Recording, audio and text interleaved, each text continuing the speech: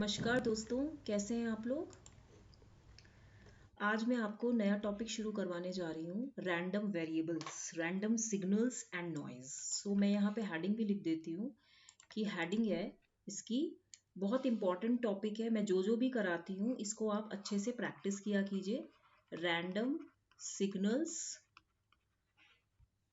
And noise. अब इसके numericals क्योंकि ज़्यादा बड़े हैं तो मैं ज़्यादा टाइम नहीं लूँगी। रैंडम आपको पता ही है, random signals are those signals whose outcomes are unpredictable in nature, जिसका आउटकम आप प्रिडिक्ट नहीं कर सकते हो, अनप्रिडिक्टेबल होता है या अनसर्टेन होता है। ठीक है, तो हम इसको करने जा रहे हैं। This is the first question. The variance of a random variable x is a random variable. इसका जो वेरिएंस है, variance means mean square value, तो variance of minus K x क्या होगा। सी, वेरिएंस को हम कैसे डिनोट करते हैं, सिग्मा एक्स ऑफ स्क्वायर से डिनोट करते हैं। एंड मैं इसको लिख सकती हूँ variance of minus K X. तो मैं इसको कैसे लिख सकती हूँ, expectation value, E is known as the expectation value and this is equal to minus K, क्योंकि हमें ये इसका पूछा है, माइनस साइन भी है, के इज अ पॉजिटिव कॉन्स्टेंट, तो माइनस के एक्स का मैं होल स्क्वायर ले लूंगी। ठीक है, तो अब ये वैल्यू कितनी हो जाएगी, it will come out to be E of K square X square and this will be sigma square. ठीक है, अब आप ये पॉजिटिव कांस्टेंट बाहर निकाल लीजिए and this will be E of X square. That means ये मीन स्क्वायर वैल्यू हो गई। ओके, तो मैं इसको क्या लिख सकती हूँ, के square of sigma x square and this will be sigma square, क्योंकि ये न्यू का पूछ रहा है, इस वेरिएबल का पूछ रहा है। तो यहाँ पे जो आपका आंसर होगा वो डी ऑप्शन होगा। नेक्स्ट है, when Gaussian noise is passed through a linear narrow band filter, narrow band जिसका frequency response कुछ ऐसा आता है ना, which can only pass the narrow band of frequencies, wider band तो होता है जिसमें wider range of frequency हो, काफी सारे frequency components mid frequency के आसपास हो, लेकिन narrow band में very low range of frequency, white Gaussian noise को हम बोलते हैं AWGN। It is pass through a linear narrow band filter. यहाँ पे हमने क्या लगा दिया, एक नैरो बैंड फिल्टर के थ्रू ये पास होता है। ठीक है, the probability density function of the envelope of the noise at the filter output, probability density function को हम पीडीएफ से डिनोट करते हैं। ठीक है, अब इसमें आप देखो, किसी भी नॉइज का, नॉइज क्या होता है, एक it is a kind of unwanted signal, okay, that gets mixed with the input signal. ठीक है, अब आप इसमें देखिए नैरो बैंड रिप्रेजेंटेशन, जब नैरो बैंड फिल्टर के थ्रू पास होगा तो फिल्टर एक फ्रीक्वेंसी सेलेक्टिव कंपोनेंट ही होता है एक तरह से। तो जो नॉइज है इसका जो नैरो बैंड रिप्रेजेंटेशन होगा, narrow band representation of noise, okay, it is NT is equal to, इसमें एक इन फेज कंपोनेंट आएगा, NCT cos omega CT, okay, this is your in phase component minus nst of sine omega ct, this is your quadrature component, that is ये out of phase component है, out of phase component है, shifted component है, cos 90 minus theta is sin theta। ठीक है, अब इसका जब हम एनवेलप निकालेंगे, इसका इनवेलप पूछा है ना, इनवेलप, तो envelope is what, R T, मतलब इसका जो रिजल्टेंट होगा वो क्या होगा, square of the under root of N C square T plus N S square T, यही होगा ना, इन फेज का स्क्वायर प्लस क्वाड्रेचर का स्क्वायर। तो ये जो एन सी टी और एन एस टी है, what are these two, these are two independent, ये क्या है, two independent zero mean Gaussian process है, जीरो मीन गॉसियन प्रोसेसेस हैं। ओके, अभी हम इसको आगे और न्यूमेरिकल्स में स्टडी करेंगे। तो ये जो रिजल्टिंग इन्वेलप होगा ये कौन सा होगा, ये रेलिक वेरिएबल होगा।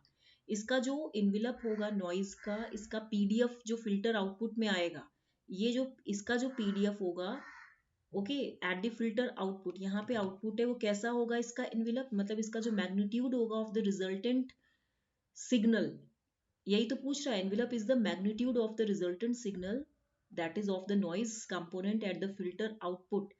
ठीक है, उसका जो पीडीएफ आएगा it will come out to be as Rayleigh, uniform नहीं होगा, यूनिफॉर्म मीन्स कांस्टेंट, गॉसियन नहीं होगा और पॉइजन भी नहीं होगा, it will be Rayleigh. Okay, तो answer will be D option. Next है events A and B are mutually exclusive and have non-zero probability. That means your probability is not equal to zero. Which of the following statements are true? Probability मतलब क्या होता है? Possibility, संभावना है, ठीक है। तो अगर आप देखिए जब हम म्यूचुअली एक्सक्लूसिव इवेंट्स की बात कर रहे हैं, so we have for mutually exclusive events, events मतलब जो घटनाएं घटित होती हैं, P A union B, this will be P of A plus P of B। तो इसका जो राइट ऑप्शन होगा it will be A, neither this nor this. ये तो इंटरसेक्शन हो गया, आप कॉमन ले रहे हो, ये नहीं होगा, ये तो शायद ये आप बताइएगा। इंडिपेंडेंट इवेंट्स के लिए होता है ना पी ए पी बी, और ये भी हमने इस तरह से नहीं पढ़ा है, तो इसका ए ऑप्शन होगा। नेक्स्ट है फोर्थ क्वेश्चन है आपका, अ part of a communication system. देखिए ये क्वेश्चन थोड़ा सा टफ भी है और लेंदी भी है। A part of a communication system consists of an amplifier of effective noise temperature, effective noise temperature that is TE आपको कितना दिया है 21 degree kelvin and gain of 13 dB दिया है, ठीक है। Followed by a cable with loss of 3 dB। आप जब ये कम्युनिकेशन सिस्टम डिजाइन करते हैं तो वहां पे क्या आता है, ट्रांसमीटर आता है, चैनल आता है और रिसीवर आता है, ओके। ट्रांसमीटर के अंदर भी क्या होता है, कुछ प्रोसेसिंग सर्किटरी होती है, ठीक है, जैसे मॉड्यूलेटर है, मिक्सर है, अप कन्वर्टर है, और रिसीवर के अंदर भी कुछ प्रोसेसिंग सर्किटरी होती है, लाइक इसके अंदर भी फिल्टर होते हैं, डिमोड्यूलेटर्स होते हैं, डिटेक्टर्स होते हैं, ठीक है, बूस्टर्स, तो जो भी है इसमें, और चैनल कोई मीडियम होता है। तो ये कह रहा है कि जब आप इस कम्युनिकेशन सिस्टम का एक कोई ऐसा पार्ट है जिसमें कि एक एम्पलीफायर है, एक एम्पलीफायर है, उसका जो इफेक्टिव नॉइज टेम्परेचर दिया हुआ है, गेन दिया हुआ है, it is followed by a cable, यहाँ पे केबल लगा दी गई है जिसका जो लॉस है वो 3 dB का है, अज्यूमिंग कि जो आपका एम्बियंट टेम्परेचर है वो 300 डिग्री केल्विन का है, we have for this part of communication system. इसमें हमें क्या पूछा गया है, हमसे पूछा गया है effective noise temperature, noise figure क्या होगा। अब आप ध्यान से देखिएगा कि मैं क्वेश्चन को कैसे कर रही हूँ। देखिए आपको गेन दिया है ना, देखिए 30 में जनरली क्या होता है, गेन को हम रेशियो में कैसे कन्वर्ट करेंगे, 10 log base 10 g। तो यहाँ पे g कितना हो जाएगा, this gain is equal to 10 to the power 1.3। जब आप इसको सॉल्व करेंगे, आप कॉपी और पेंसिल लेके करिएगा, 19.95 आएगा। अब आप क्या निकालेंगे, केबल लॉस निकालेंगे। केबल लॉस भी आपको कितना दिया है, डीबी में दिया है 3 dB, मुझे इसको रेशियो में निकालना है। तो मैं कैसे लिखूंगी, 3 is equal to 10 log base 10 LC। तो LC is how much, 10 to the power 0.3।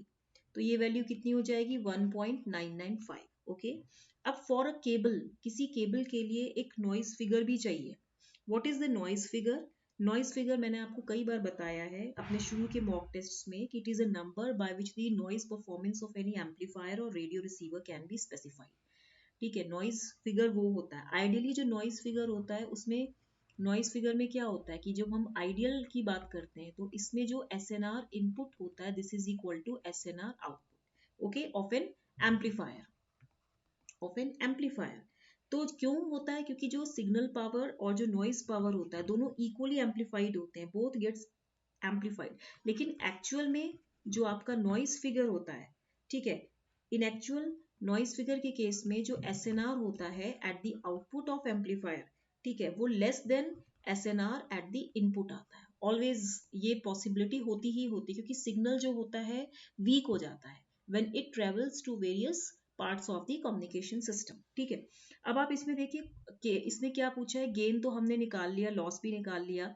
अब हमें क्या पूछा है इसने क्वेश्चन में, with the loss of 3 dB, यानी कि अब हमें यहाँ पे आपने क्या निकाला है, एक मिनट रुकिए, देखिए फॉर अ केबल जो नॉइस फिगर होगा आपका n मतलब f2, जो नॉइस फिगर होगा केबल के केस में वो f2 जो होगा वो केबल लॉस के इक्वल हो जाएगा ना, ठीक है। तो f2 it will be equal to what, देखिए नॉइस फिगर जो होता है actually it is the difference in dB between noise output of actual receiver to the noise output of an ideal receiver. Actual receiver के noise output को ideal receiver के noise output में जो हम difference करते हैं with same overall gain and bandwidth when receivers are connected to the matched sources at standard noise temperature of 290 degree kelvin, वो भी नॉइज फिगर होता है।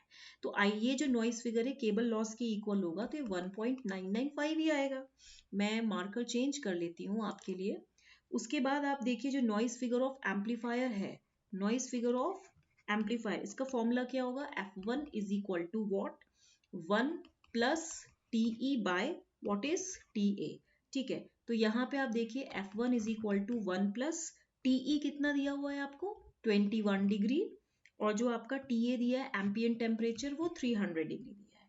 अब आप इसको पूरा सॉल्व करें तो ये कितना हो जाएगा, 1 प्लस 0.07, दैट मीन्स 1.07, यही होगा। अब ये क्या कह रहा है, इसने बोला है कि एक एम्पलीफायर है, इसको केबल लॉस से, केबल से कनेक्ट कर दिया, अज्यूमिंग कि एम्बिएंट टेम्परेचर इतना है, तो इसके लिए हाँ, तो आप देखिए कास्केडेड एम्पलीफायर, नॉइस फिगर जो कास्केडेड एम्पलीफायर का हो जाएगा, क्योंकि अब हमारे पास देखिए F1 भी आ गया और F2 भी आ गया, तो अब ये कास्केडेड F2 क्या हो गया है, केबल लॉस का जो था वो नॉइस फिगर F2 हो गया। तो जो नॉइस फिगर होगा, मैं यहाँ पे लिख देती हूँ कि noise figure of cascaded amplifier वो कितना हो जाएगा, formula F is equal to F1 plus F2 minus 1 by G, यही होगा ना। अब आप इसमें इसकी वैल्यू रखिए, कितना हो जाएगा, F1 is 1.07 plus F2 is how much, 1.995 minus 1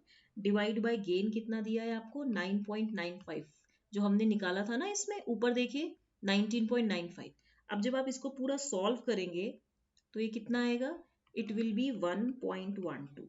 अब आप देखिए, मैं इसको थोड़ा सा देखिए मार्कर से मैं इसलिए भी चेंज करती रहती हूँ ताकि आप लोगों को प्रॉब्लम ना हो।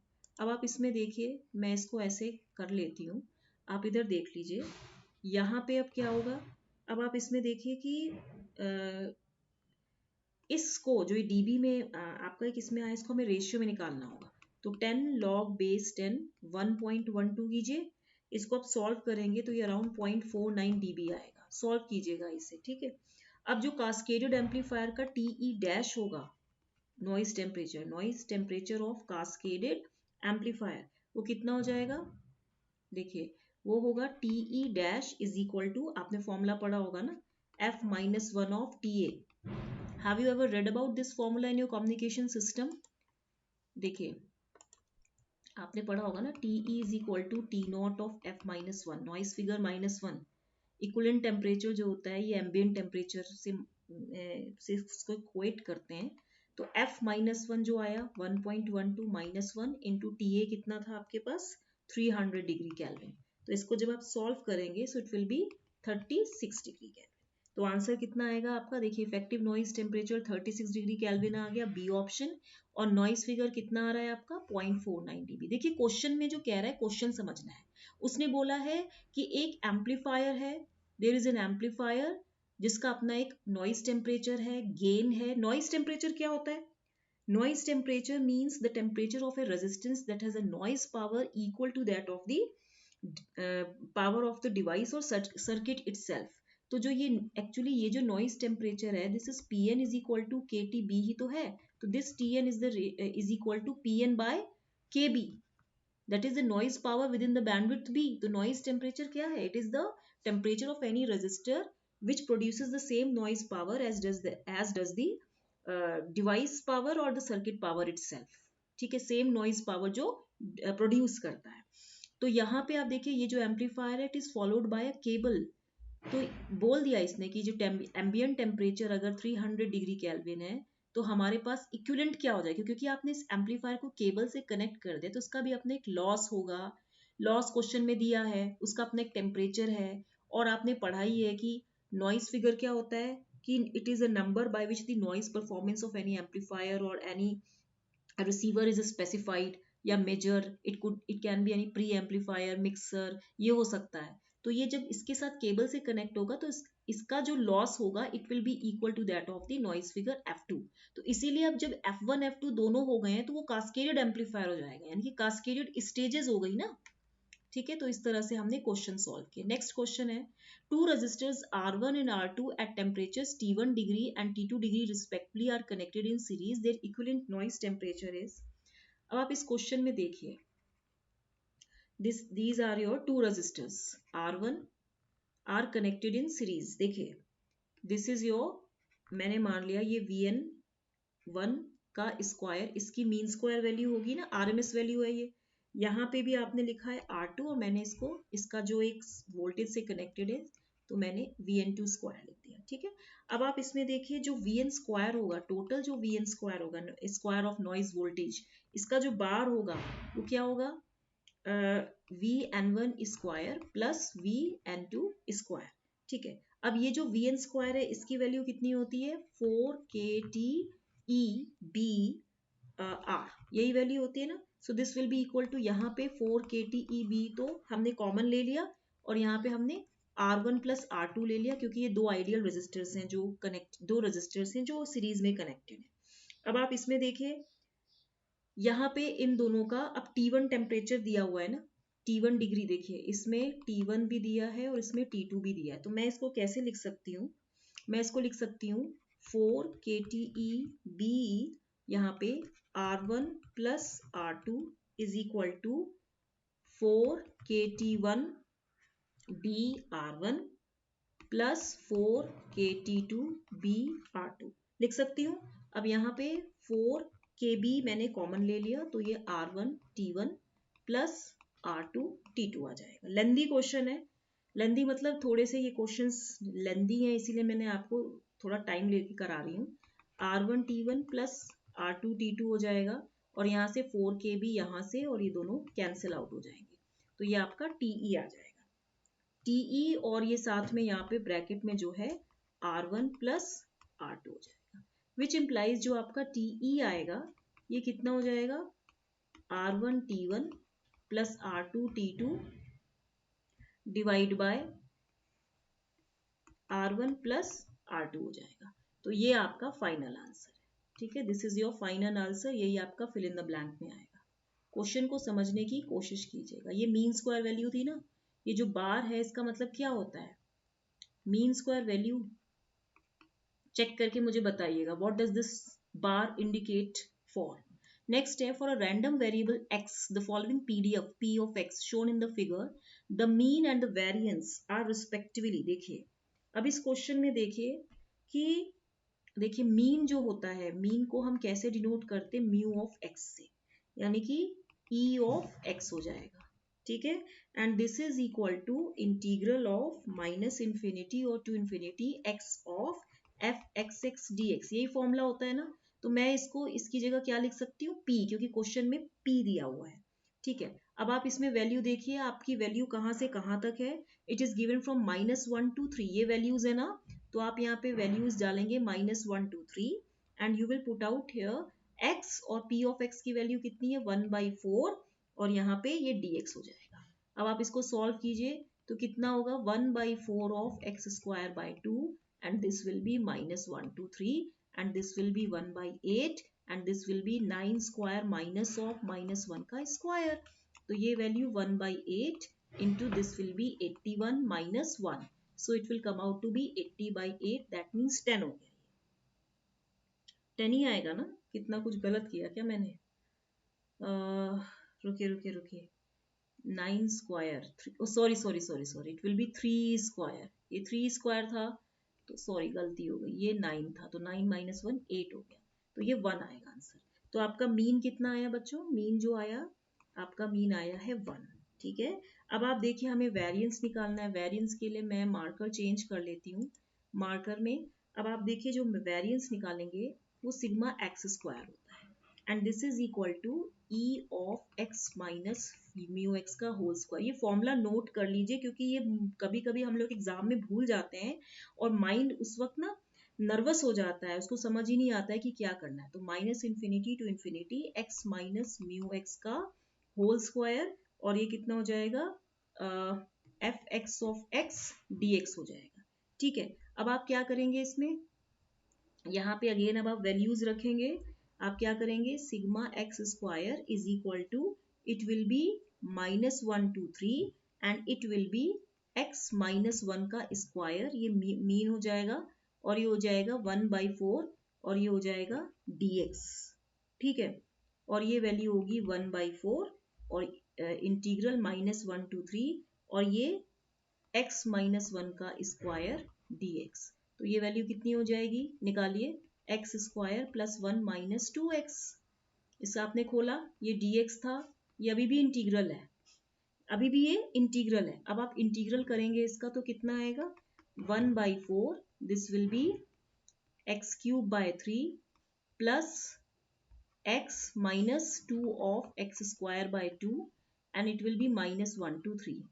ये कैंसिल हो जाएगा, तो यानी कि 1/4 1/3 x³ निकालिए, 3 3 जा 9 3 जा 27 माइनस 1 का क्यूब तो -1, ओके, प्लस 3 प्लस 1 हो जाएगा ये, एंड माइनस एक्स स्क्वायर कितना हो जाएगा, 9 माइनस 9 माइनस 1 का स्क्वायर, तो ये 1 आ जाएगा। तो अब इसको सॉल्व करेंगे तो कितना आएगा, देखिए मेरे पास जगह की तंगी पड़ जाती है हमेशा। 1/3 और ये हो जाएगा 27 प्लस 28 प्लस 9 एंड -8, यही हो जाएगा। तो ये कितना हो जाएगा, 1/4 एंड 9 माइनस 8 इज 1, 28/3 प्लस 1। देखिए यही हो रहा है क्या, कहीं से तो कुछ तो गड़बड़ तो नहीं चल रही है। 28, देखिए ये 1/4 एंड 28 प्लस 3 डिवाइड बाय 3, तो कितना 9 10 11, तो ये तो कुछ 1/12 हो गया, 9 10 11 131 आ रहा है। अब आप इसमें देखिए, मुझे लगता है कि ये कुछ गड़बड़ है इसमें। 27/3, देखिए क्वेश्चन में यही मुझसे थोड़ी सी कैलकुलेशन मिस्टेक हो जाती है, इसको एक बार आप, मैं से फिर से करेक्ट कर रही हूँ, आप भी अपनी कॉपी में किया कीजिए। दूसरा क्वेश्चन आ गया, देखिए इस क्वेश्चन में देखिए कभी कभी क्या होता है ना, टाइम रहता नहीं है तो हमसे गलतियां तो हो जाती हैं। तो यहाँ पे आप एक काम कीजिए, जब भी आप इस तरह से करेंगे ना, आप ऐसे कीजिए, x³/3 plus x minus x²/2 -1 3 था, तो 1/4 हो गया और 1/3 हो जाएगा। तो यहाँ पे आप इसको कैसे लिख सकते हैं, आप इसको लिख सकते हैं 27, ठीक है, और फिर आप लिख सकते हैं इसको +3 माइनस 9, ऐसे लिख सकते हैं ना, इसको ऐसे कर लीजिए, और फिर माइनस इस चीज को आप लिख सकते हैं -1/3 -1, okay, and again it will B -1/2, ठीक है, यही होगा ना, हाँ जी यही तो होगा, ये जो वैल्यू आ रही है आपकी। अब आप इसमें देखिए, सॉरी ये 2 नहीं आएगा इसमें, ये 2 नहीं आएगा, 2 तो कट गया था ना। आप इसको सॉल्व कीजिए, 1/4, तो यहाँ पे ये कितना आ जाएगा, 3 9 जा 27, 9 9 कैंसिल आउट, ये इजी मेथड है।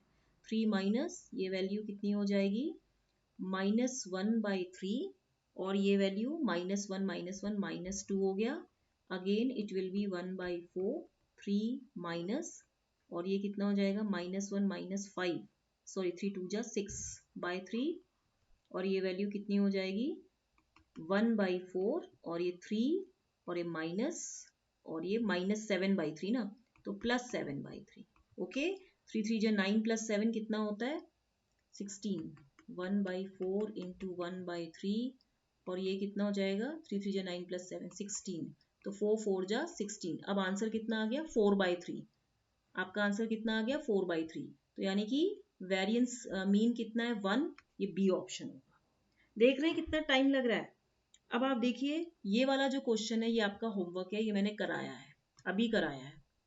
नेक्स्ट क्वेश्चन है, the auto correlation function of an energy signal has, देखिए ऑटो कोरिलेशन फंक्शन क्या होता है, ऑटो कोरिलेशन, कोरिलेशन मतलब कोरिलेट करना, रिजेम्बलेंस जिसे बोलते हैं ना, इट इज अ मेजर, जिसे कहते हैं ना, it just correlates the signal with the replica of the delayed signal itself, ठीक है। ऑटो कोरिलेशन फंक्शन किसी भी एनर्जी सिग्नल का क्या होगा, it has a conjugate symmetry, ठीक है। इसमें आप देखिए, आप ये कह सकते हैं कि rx tau is equal to rx conjugate minus tau, इसको हम क्या बोलेंगे, कॉन्जुगेट सिमेट्री है ये, क्योंकि rx टाउ है तो यहाँ माइनस टाउ रख दिया, एंड दिस इज कॉन्जुगेट।